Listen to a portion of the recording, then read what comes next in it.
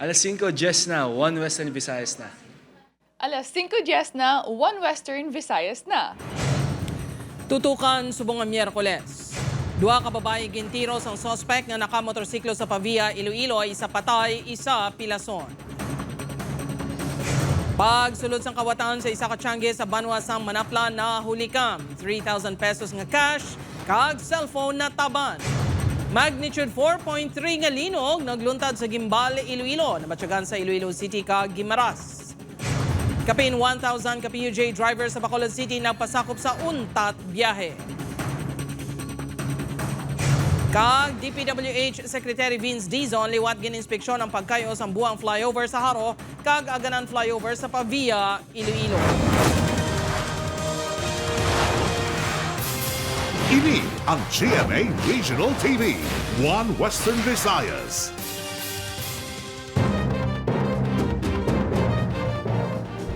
Mayong hapon mga kapuso. Sa nagapangunang nga balita, duha ka babae ginpang tiro sa Pavia, Iloilo kagabi. Isa sa mga biktima patay. Insidente na hulikam. Ini ang gintutukan ni Kim Salinas live sa Ungka 1 sa Pavia, Iloilo. Kim?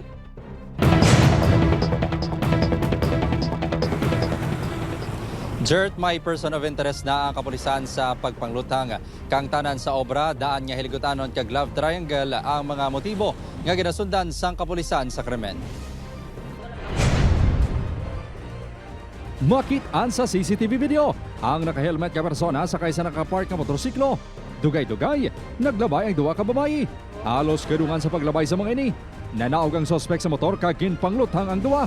Gilayon niya natumba ang isa, samtang nakadalaga ng isa pa. Nagluntad ang insidente sa barangay Ungka 1 Pavia, Iloilo pasado alas 7 kagabi. Ginkilala mga biktima kanday Divine Grace Castillo, 32 anyos, residente sang barangay San Juan Molo, kag John Shane Sumblingo, taga Santa Barbara. Tatlo, tub-tub 4 kalupok ang nabatian sa pila ka residente malapit sa lugar. Sabi ko ni fireworks na kayo damo na fiesta so po. Pero kung isa yung gaulag, siya yung ato cable, chat-chat, siya may kinatawgan. Pero kung isa way na gaulag. 5 ka igol sa likod, isa sa ulo kag push-on ang naangkon ni Castillo. Gindeklara rini nga dead on arrival sa ospital. Pilason man si Sumblingo nga natala na operahan. 5 ka basiyo sa ginapatian 9mm ang narecover sa crime scene. Sa investigasyon sang kapulisan, pauli na ang mga biktima sang ginpang tiro. Ginalantaw may kaang tanan sa trabaho ang pagpanglutang. Plant manager sa isa ka cake shop si Castillo, samtang sa human resource naman si Sumblingo. Wala man ginadula ang anggulo nga daan niya lugutanon kag love triangle. At this point of time, ang tanan niya mga possibility, tanan niya mga anggulo, ginakonsiderar natin ina. Hindi madula ang possibility nga ginbandayan. May person of interest na kapulisan, apang wala pa sa ginpagwa nga detalye. Para yun man ang pag-review sang dugang nga CCTV footages. Hindi pa kita maka-conclude kung isa lang gid bala ang suspect o kung may ara siya nga upo dira. Nagpaiway nga magpa-interview ang amay ni Castillo sang ginpadulungan sang news team sa Ilabalay. Wala man sang malain nga record sa barangay sa Castillo, suno sa punong barangay sang San Juan Molo. Buhay man din nalagaw sa barangay. Buhay man din sa contract, sa palibot, sa timot ko, may tungkol na siya mismo na tiruan.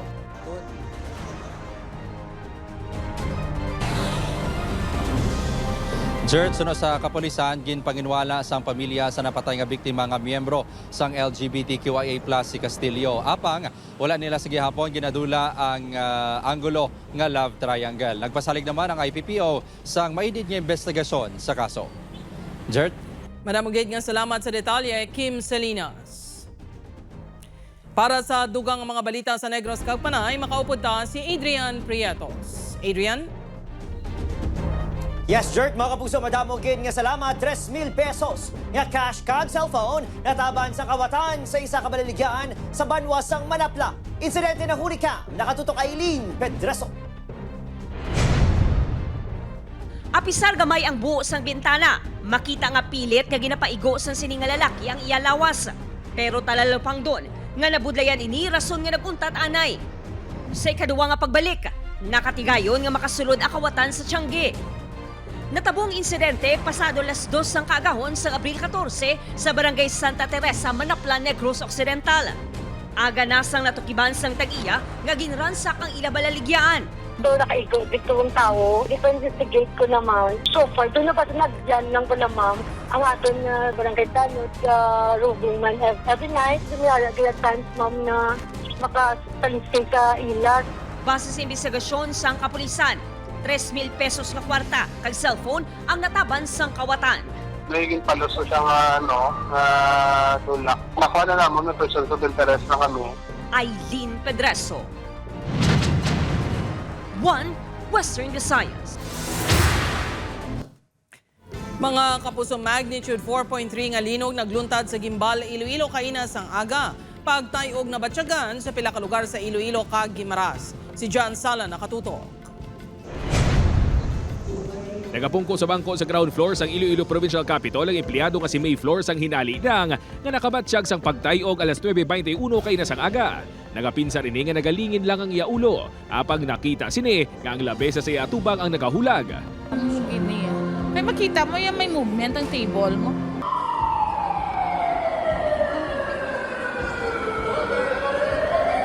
Bangon sini nagwang mga empleyado kag may mga transaksyon sa Kapitolyo padulong sa Capitol grounds.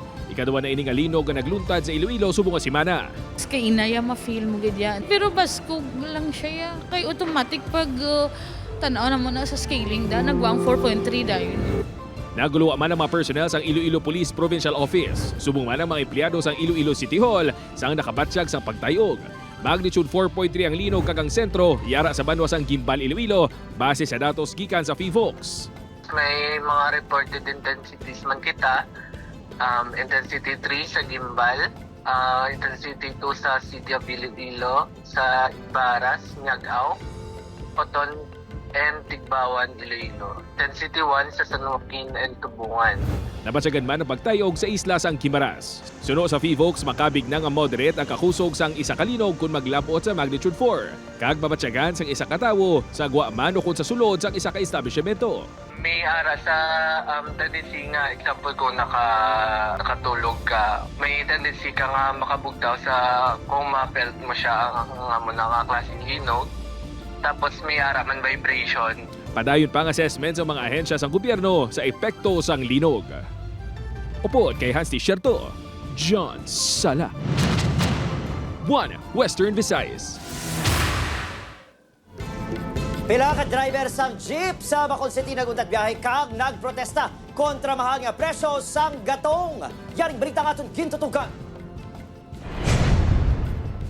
Bisa nagatagi ti ang init, wala sang mahimo ang amang si John kundi amahon ang anak pakadto sa paradahan sang jeep. Idi bangod wala sila sa masakyan nga nagalabay nga jeep. Init na daan. Huwag ka pasakyan, dugay pa. Maluhay man ta sila. Aman. Tigay ka pangayawat na sila, maaga sila na. Nalay tamaan na ang grade 12 student nga si Pauline. Ilisipon lang ang jeep, kag damo-damo pasahero gakat. Subong adlaw, kapini sa kalibo ka mga PUJ driver sa Bacolod City ang wala nagbiyahe. Isa diri si Boy, nga pisar 12 oras na kuno ang biyahe. Yara lang sa 300 pesos ang ginansya nga mapauli para sa pamilya. Pagsaka kitsang presyo sang gatong, amo na batyagan subong sir gutong nagiya. Dapat tani, pan man sa aton nga Pangulo nga balik tani sa 50.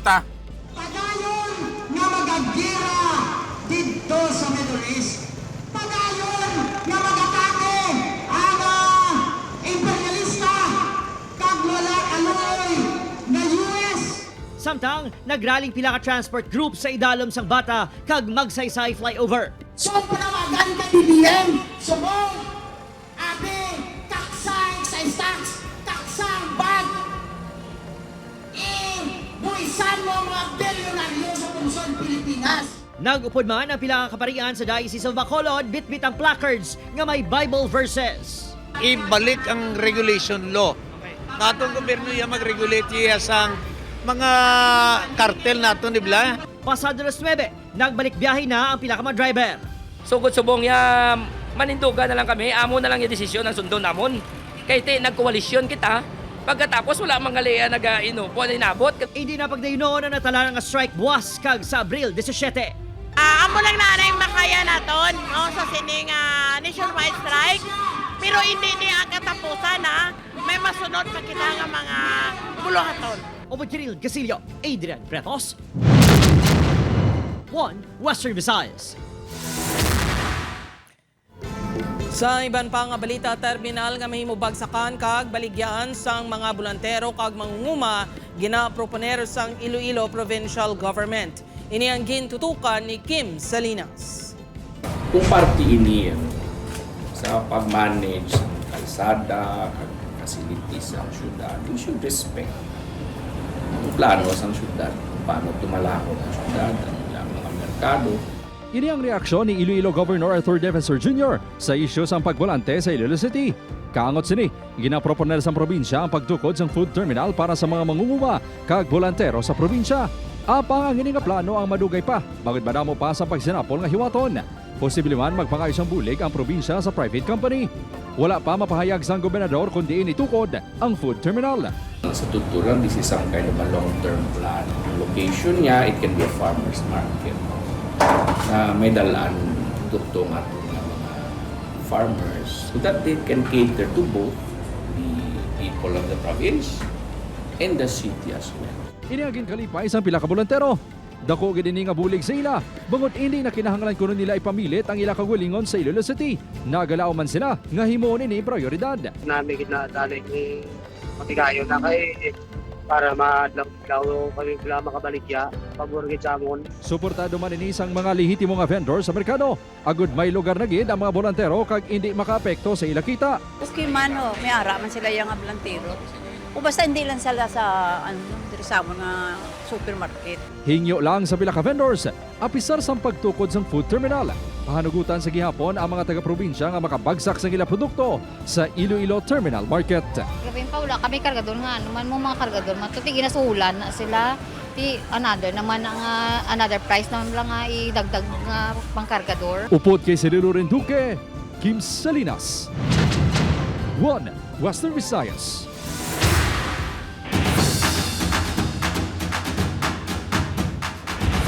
Exciting mga kapuso, buwas ng Hawaii, kaglina isang Capiz 2026, yakabahin sa Kapistahan 2026.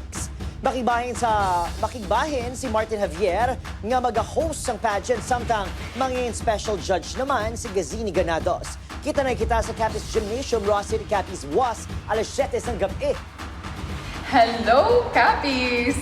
Sino kaya ang susunod na hangaway kaglin ay sa Capiz 2026?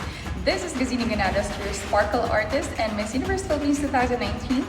Come and join us as we witness the coronation night on April 16, Thursday, 7 p.m. at Capiz Gymnasium. Kita-kita, see you!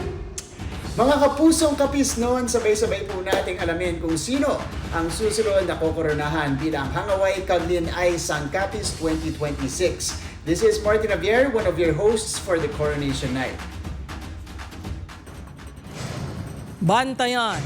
DPWH Secretary Vince Dizon liwat gininspeksyon ang pagkayos ang buang flyover sa Haro kagaganan flyover sa Pavia, Iloilo sa pagbalik sang One Western Visayas. Ini ang GMA Regional TV, One Western Visayas.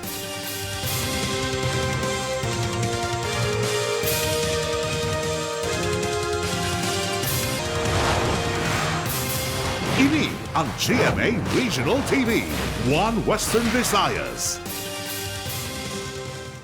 Mga kapuso, DPWH Secretary Vince Dizon liwat gininspeksyon ang buhang kag-aganan flyover. Pagpadasig sang repair kag pagpatapos sa mga proyekto ginmando sang sekretaryo. Si John Sala nakatutok. Nagsugata kay DPWH Secretary Vince Dizon ang malaba nga pila sa mga salakyan sa intersection sa idalom sang buhang flyover. Ang traffic ang masulbar kuntani kung magamit na liwat ang flyover. Halin Pebrero subong nga tuig, ginpaidalom sa repair ang flyover matapos makitaan sang mga damage. Sa inspeksyon kaina, nagrason pa ang mga taga DPWH6 nga ang overloaded trucks ang gintunaan sa mga damage sa flyover. Apang hindi komporme si Dizon sa ila rason. Mga overloading na po tayo na within the 3 years. Marami na pong nagpapas dito na vehicles na overloaded po. Kasi nagka-crumble yung semento eh. So ibig sabihin, mali. So yung halo, mali. So yun ang cause, hindi overloading. Ang cause, substandard yung workmanship nun. Nakikita man si Dizon sa tiglawas ang kontraktor. Ginmanduan sila ni Dizon nga hingagawon nga matapos ang repair sining Abril. Over-design na nga eh. Kasi mas mabuti na yung over-design kaysa sa under-design. Di ba safety, we cannot compromise safety eh.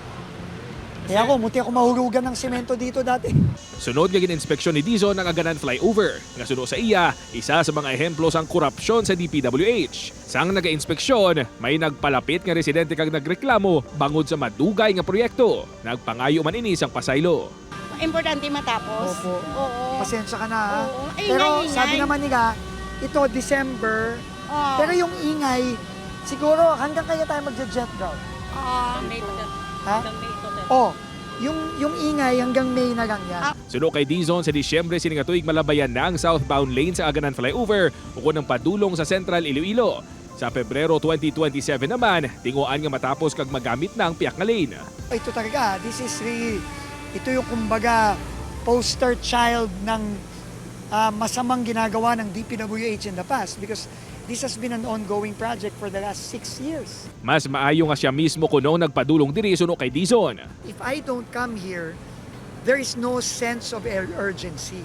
But if I go to an area, I can tell the DE, the RD, the contractor na, you know, you have to act here with a sense of urgency.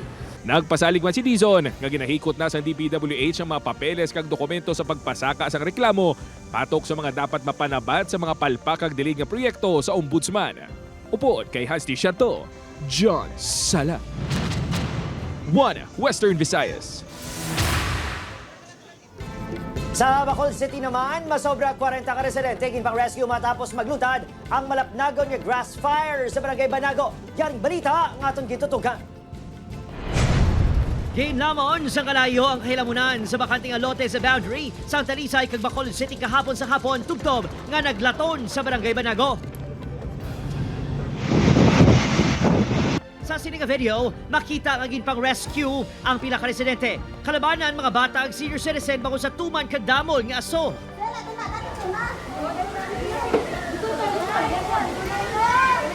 Pasado na 5 na sang napalong ang kalayo.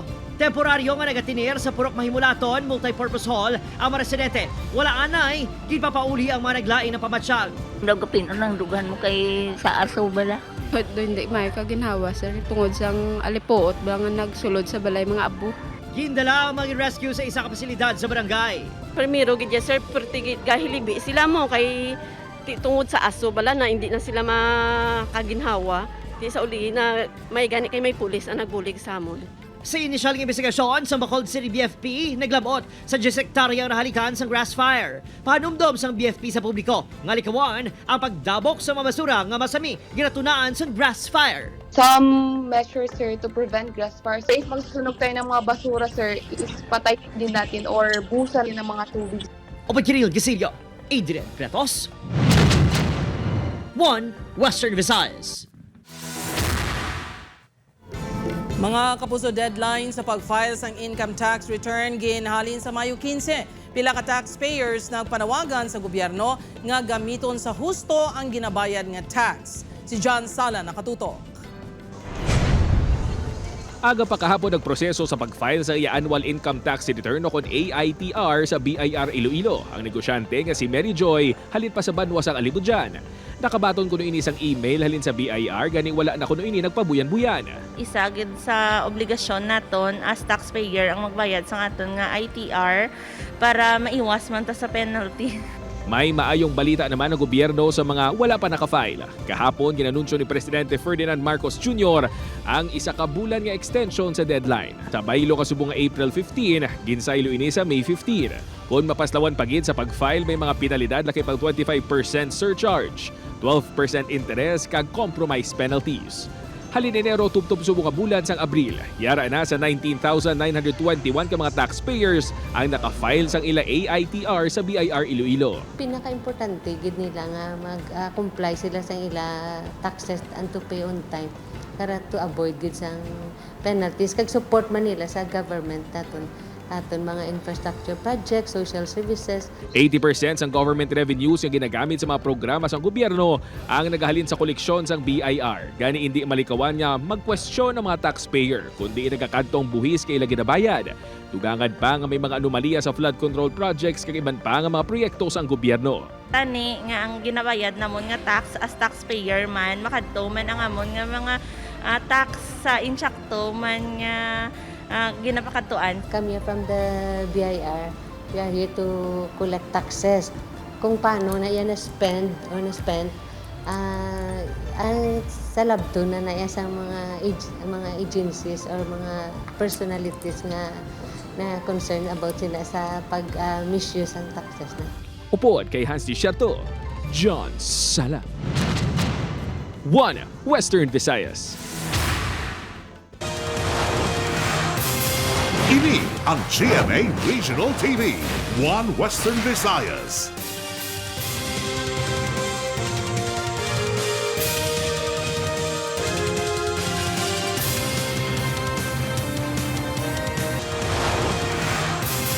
Ini ang GMA Regional TV, 1 Western Visayas. Ginpangdala sa ospital bangod sa mga samad sa lawas sa mag-asawa nga sakay sa isa ka tricycle. Matapos ini ang ginbungguan sa isa ka motorsiklo sa barangay Tina, Macataw, Aklan. Base sa investigasyon sa Macataw Police, nagasunod sa tricycle ang motorsiklo. Apang golpe lang nagliko ang tricycle, gani ini ang nabungguan sa motor. Nagaangko naman sa mga gasgas ang rider. May inisyal na nga pag-istoryahanay sa magtimbang nga bahin para sa areglo. Arestado ang high-value individual nga si alias Imik, 49 anyos, sa drug buy-bust operation sa barangay Kansadan, Tubudan, San Jose Antique. Na-recover sa subject ang 65 gramos sa suspected shabu nga nagabalor sa 442,000 pesos. Tiklo ang isa ka high-value drug personality sa drug buy-bust operation sa barangay Kianan, San Joaquin, Iloilo. Nakuhaan sa kinabulubanta 850,000 pesos nga balor sa suspected shabu. Ang suspect nga ginkilala kay alias Rafi, 32 anyos, soltero, kag-residente sa barangay Bulho sa mga Banwa. Ginpatigayon ng operasyon sa Philippine National Police Drug Enforcement Group Special Operations Unit.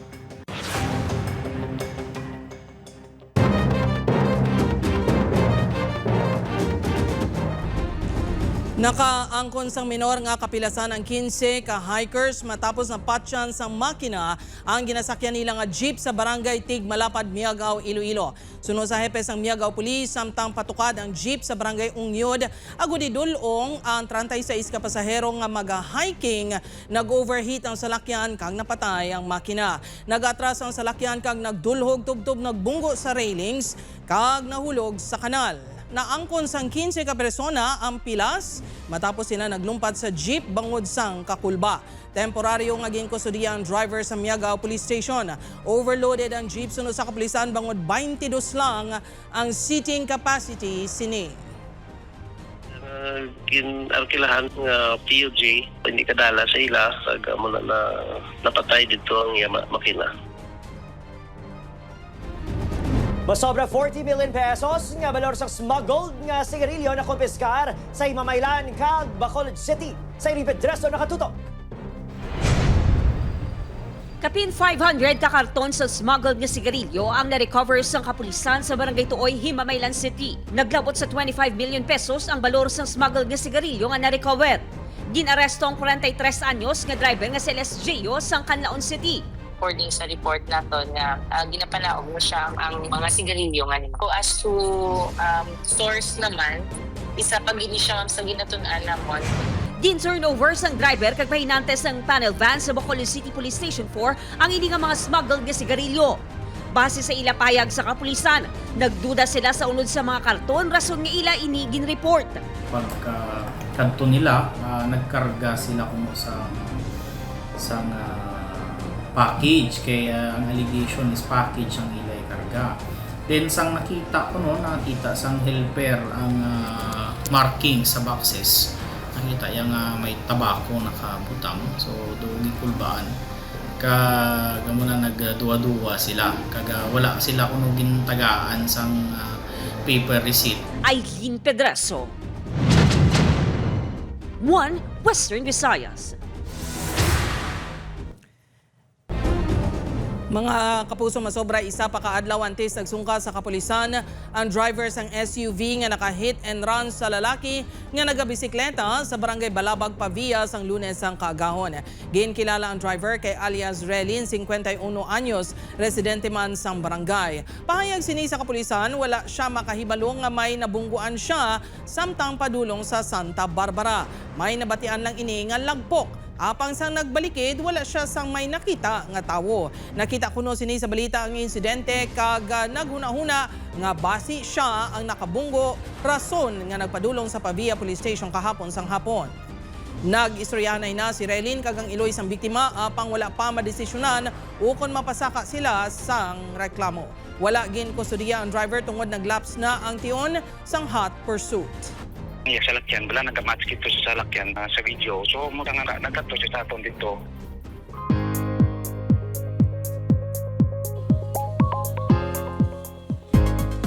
Mga puso, nagama't-amat na hinay ang bagyo sa Gua, sang PAR o Philippine Area of Responsibility. Gikan sa super typhoon, ang in-typhoon na lang inikag ulihin nakita kay nasaaga sa kalayoon niya 2,535 kilometers east sang Central Luzon. North-northwest ang hulag sini, gani mas manubo ng tsansa nga magsulod sa PAR o kung direkta nga mag-apekto sa pungsod. Maayong tiyempo ang dala sang ridge of high pressure area sa North Luzon. Samtang mapaang ang panahon naman sa ibang yabay sa pungsod bangod sa easterlies.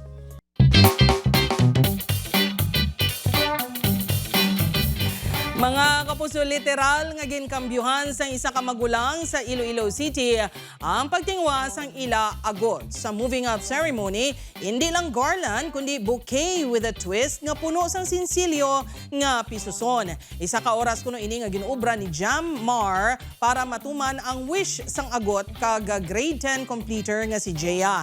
Ginhatagan pa sa magulang sang dugang nga cash si Jeya apang wala na niya ginbaton bangod happy na kuno ini sa simple apang espesyal nga sorpresa. Congrats sa imo, Jeya.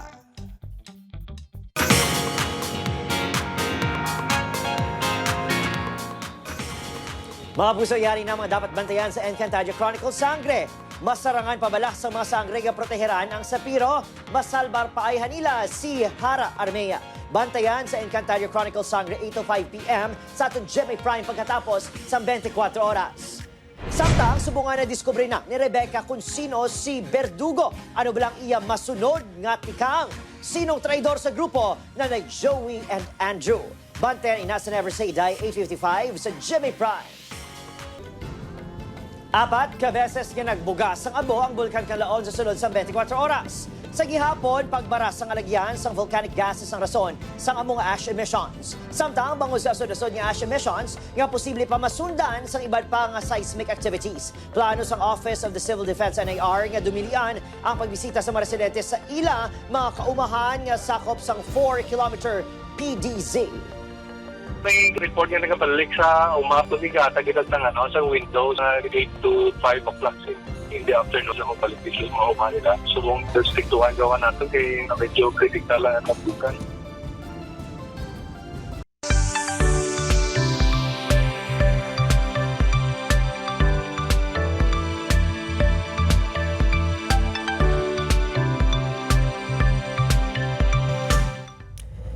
Kagina ang mga pinakadalago kag pinakauli nga balita sa Western Visayas kag Negros Occidental.